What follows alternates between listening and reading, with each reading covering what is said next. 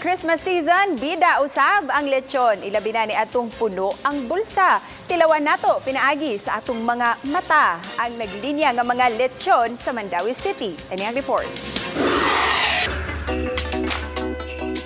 Daplin lang sa kalsada, gihapitan namo kining mga baboy nga gipang tuhog na. Gawa sa naandan nga asin ug ubang pangpalamig.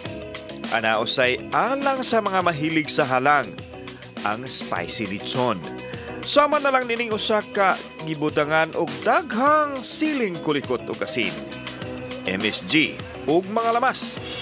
Human matahi ang tiyan sa baboy, gidaladayon kini sa litsonanan diin gituyok ang mga tinuhog nga baboy. Inani kainit ang trabaho sa mga manglitsunay, ha?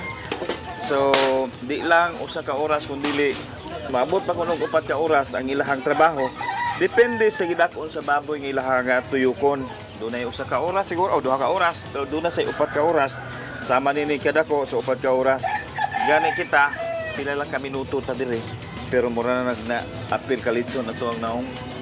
Human maluto, ila pa kining giballinya o gihinluan ang panig. Bukapin sa 50 ka mga litson ang ilang naluto. Ang mga manglitsonay pulos sa diay pinairan o labor lang ang ilang panginabuhian. Lisod ba ang maglitsod? Lisod sir eh. Okay. Init kayo. Inita? Pareha na mo kulos litson. Mogid. Wala kayo. Matod pa nila, nga kutob lang yun sa baho sa litson ang ilang matagamtaman. Tungod kay ang gituyok nilang litson, aduna na may tagiya. Bosa, pagtimbaya nila, malipayong litson este Pasko natong tanan.